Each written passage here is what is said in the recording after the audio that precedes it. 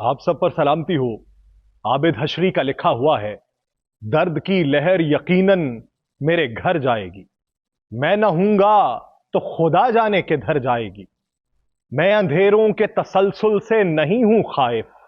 रोशनी आज नहीं कल मेरे घर जाएगी। मैं तो मर सकता हूं हालात के सन्नाटों में।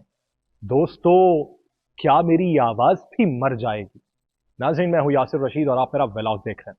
नाज़रीन, हम किस्से कहानियों और टीवी स्क्रीन पर वेम्पायर्स का सुना और देखा करते थे, जिसमें वेम्पायर्स लोगों की गर्दनों पर काट कर खून चूसता है। अब यही वेम्पायर्स हकीकी जिंदगी में हमारे ऊपर मुसल्लत हैं, जो आए रोज पेट्रोल, डीजल, डॉलर और बिजली के निर्ख बढ़ाकर आवाम का खून चूसते हैं।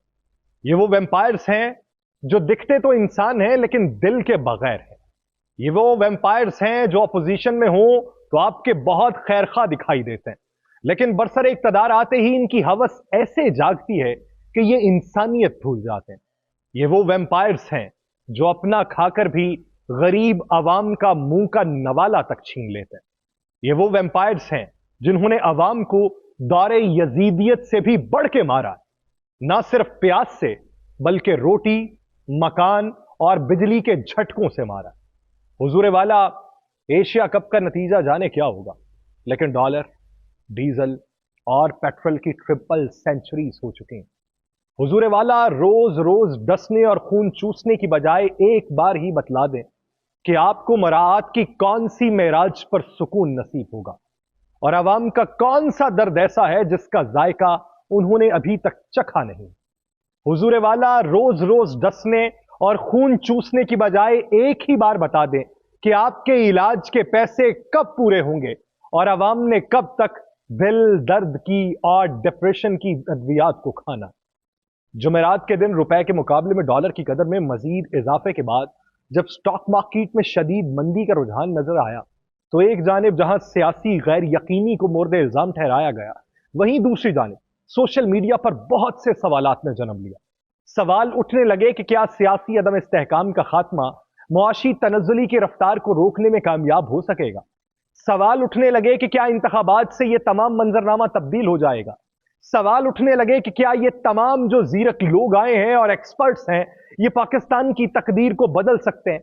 सवाल उठने लगे कि माजी करीब के अंदर हम जिस हद तक तरक्की की रफ्तार को देख रहे थे, वो अब रुकी क्यों। पाकिस्तान में रुपए की कदर में कमी को मईशत में एक इशारिये के तौर पर देखा जाता है, जिसके असरात किसी न किसी शक्ल में मईशत के हर शोबे पर पड़ते हैं। सोशल मीडिया पर जहां तहरीक इंसाफ के हामी हालिया मुआशी तनज़्ज़ुली को पाकिस्तान डेमोक्रेटिक मूवमेंट की कारकर्दगी और इलेक्शन ना करवाने की वजह बयान करते हैं, वहीं एक तबका ऐसा भी है जिसकी राय है कि इस वक्त किसी पर इल्जाम लगाने से ज्यादा जरूरी है कि इन मसाइल का फौरी हल तलाश किया जाए। उस तबके की नुमाइंदगी बहुत से लोग करते हैं। एक सारिफ ये कहते हैं कि इन अल्फाज में मैं नुमाइंदगी कर सकता हूं कि स्टॉक मार्केट क्रैश कर गई है, पिछली हुकूमत पर डालना है या कप्तान पे डालना है या अयूब खान पे डालना है, जिस पे भी डालना है खुदा के वास्ते आप डाल दीजिए, लेकिन हमें इससे बचाइए। अगस्त 2023 को निगरां वजीर आजम अनवारुल हक काकड़ ने हलफ उठाया, तो उसके बाद 15 अगस्त को पहले कारोबारी रोज मार्केट में थोड़ी तेजी देखने में आई, लेकिन फिर उसके बाद स्टॉक मार्केट के इंडेक्स में कमी का रुझान नजर आना शुरू हुआ और अगस्त के आखिरी हफ्ते में स्टॉक मार्केट बहुत ज्यादा मनफी रुझान का शिकार नजर आई। उसकी बेशुमार वजूहात है।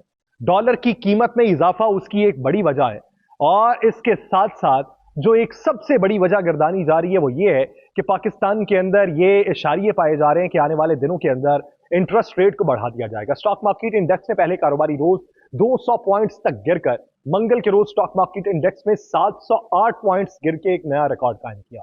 बुध के रोज इंडेक्स में मजीद कमी रिकॉर्ड की गई और जुमेरात के रोज मार्केट में शदीद मंदी का रुझान रहा और मार्केट के इंडेक्स में कारोबार के इख्तिताम पर 1242 पॉइंट्स की कमी रिकॉर्ड की गई, जिसके बाद इंडेक्स 45,002 पॉइंट्स की सतह तक नीचे आ चुका है।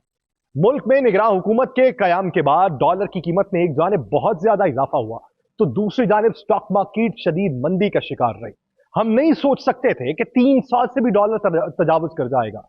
मैंने अपने गुज़श्ता व्लॉग्स के अंदर, जो माजी करीब से भी है और माजी बाईद से भी, मैंने उनमें ये तज़किरा किया था कि 300 को डॉलर टच करेगा, लेकिन उस वक्त लोग ये कहते थे ये आपकी खाम ख्याली है। निगरां हुकूमत ने इन दोनों माशी इशारियों में आने वाली गिरावट के बारे में मुआशी उमूर जो है वो ये राय रखते हैं कि दोनों मुआशी इशारियों में होने वाली तनज़्ज़ुली की वजह मुल्क की सियासी और इक्तसादी सूरत हाल में बेयकीनी का बढ़ना है। यानी किसी को यकीन नहीं है कि कुछ बेहतर हो जाएगा, ना हमें ये यकीन है कि हालात हमारे मुवाफिक हो जाएंगे, ना कारोबारी तबके को यह यकीन है कि हमारे लिए मंजरनामा वज़ा हो जाएगा। सबसे पहले ये वाज़ेह है कि निगरान सेटअप के आने के बाद इंतखाबात की तारीख देने में जो ताखीर है वो सियासी बेयकीनी को बढ़ा रही है, और उसकी बड़ी वजह मार्केट में बहुत ज्यादा मनफी रुझान देखने में आ रहा है, क्योंकि सरमायाकारों के अंदर ये खदशात जन्म ले रहे हैं कि सियासी बेयकीनी का सबसे बड़ा मनफी असर जो है वो इक्तसादी सूरत हाल पे पड़ता है। जितने भी आप मुआशी पंडित देख लें, उनकी राय इस वक्त के अंदर यही होगी कि इसी तरह बिजली के नरखों में इजाफे के बाद जो रद्द अमल देखने में आ रहा है और IMF प्रोग्राम को इसका जिम्मेदार जो करार दिया जा रहा है, तो इस खदशे ने भी जन्म लिया है कि ऐसी सूरत हाल में कहीं पाकिस्तान का IMF प्रोग्राम जो है वो खटाई में न पड़ जाए, क्योंकि बिजली के नरखों में इजाफे पर सख्त रद्द अमल के बाद इंटरनेशनल मॉनिटरी फंड शराइत के तहत क्या गैस टैरिफ भी बढ़ पाएंगे या नहीं बढ़ पाएंगे, ये एक बुनियादी सवाल यहां पे पैदा हो चुका है। मुआशी तज्जियाकार ये कहते हैं कि निगरान हुकूमत ने भी इस पर कोई वाज़ेह मौक़िफ़ नहीं दिया। वो वाज़ेह मौक़िफ़ दे देती तो शायद हमारे लिए या कारोबारी तबके को समझने के लिए कुछ ना कुछ कुलिया मौजूद होता। वो कहते हैं कि मौजूदा सूरत हाल में यही दिखाई दे रहा है कि इक्तसादी हालात मजीद खराब हो सकते हैं, जिसका मनफी असर स्टॉक मार्केट और डॉलर पे मजीद आएगा। मैं कोई मुआशी तज्जियाकार नहीं हूं, मैं कोई एक्सपर्ट नहीं हूं, लेकिन जो एक्सपर्ट्स हैं उनकी राय ये है, तो फिर एक आम शख्स जो है वो मनफी सोच क्यों ना रखेगा। अगरचे IMF की जानिब से नवंबर में अगली किस्त जारी होनी है, लेकिन ताहम इसमें भी अभी 2 महीने का वक्त बाकी है। इस दौरान सवाल यह पैदा होता है कि क्या निगरान हुकूमत मजीद मुश्किल फैसले कर पाएगी जिसके बायस IMF शराइत को पूरा किया जा सकेगा, क्योंकि बिजली के नरखों में इजाफे के बाद आने वाले सख्त रद्द अमल ने मजीद शराइत पर अमल दरामद को अब तक मुश्किल बना दिया। यह नहीं कहा जा सकता कि मईशत के मामलात निगरान हुकूमत के आने के बाद ही खराब हुए, क्योंकि मुआशी हालात के तसलसल को देखें तो ये चीजें चेयरमैन PTI की हुकूमत के दौरान ही शुरू हुई थी, लेकिन फिर उसके बाद जो इसका भट्टा बैठा है वो PDM हुकूमत के अंदर बैठा है। लोग तो चेयरमैन PTI को सराहेंगे, इसलिए सराहेंगे कि उस वक्त उनका गुजारा हो रहा था, और आखिरी हुकूमत PDM ने जो फैसले आखिरी 1.5 माह के दौरान किए उसके बाद हमें उसके असरात नजर आ रहे हैं। निगरान हुकूमत तो उनका सामना कर रही है। निगरान हुकूमत को कोई सियासी मफाद नहीं है, वो अवामी मफाद का कतई तौर पर नहीं सोचेगी। वो फैसले करेगी तो IMF को देखते हुए फैसले करेगी। अगर हम ये मान लें कि इस्तेहकाम इलेक्शन से ही आएगा तो सियासी इस्तेहकाम तो यकीनन वक्त पर इलेक्शन होने से ही आएगा, लेकिन हमारी सियासत जिस तरीके से चल रही है हमें नहीं लगता कि इलेक्शन ऐसे हैं कि किसी मामले का हल होगा। लेकिन हम आइन से तजावुज भी नहीं करना चाहते, आइन के तहत फैसले करने चाहिए। जब एक आइन लिखा जा चुका है तो उस आइन के मुताबिक फैसले किए जाएं, क्योंकि एक सियासी जमात के खिलाफ केसेस बनाए जा रहे हैं, उनके लोग जेलों में हैं, तो वह इंतखाबात की मुहिम में उस तरह शामिल नहीं हो सकते। दूसरी तरफ एक पार्टी इलेक्शन की बात ही नहीं कर रही है और वो इंतखाबी मुहिम के मूड में ही नहीं है, क्योंकि उनके जो लोग हैं वो इलेक्शन समझते हैं कि उन्हें सूट ही नहीं करता। कहा जाता है वो गालिब का शेर कि किस मुंह से जाओगे काबा गालिब, शर्म तुमको मगर नहीं आती, इसलिए वो क्यों जाएंगे इस मंजरनामे में। लेकिन हुजूर वाला ये हकीकत भी आपके गोश गुजार करनी चाहिए कि वेम्पायर जिसको काटते हैं वो भी फिर वेम्पायर्स बन जाते हैं और ऐसे ही किसी और को काटने लगते हैं, और ये सिलसिला जारी रहता है। और एक वक्त आता है कि सब वेम्पायर्स बने एक दूसरे का खून पी रहे होते हैं। हुजूर वाला हो भी यही रहा है कि आप अवाम को डस रहे हैं, खून पी रहे हैं। अवाम स्ट्रीट क्राइम्स, वारदातों, डकैती, चोरी, गर्ज जहां उन्हें अपने से छोटा इंसान दिखाई देता है वो उसका खून पीने लग जाते हैं। और जाने इस सिलसिले को कौन, कब और कैसे रोक पाएगा।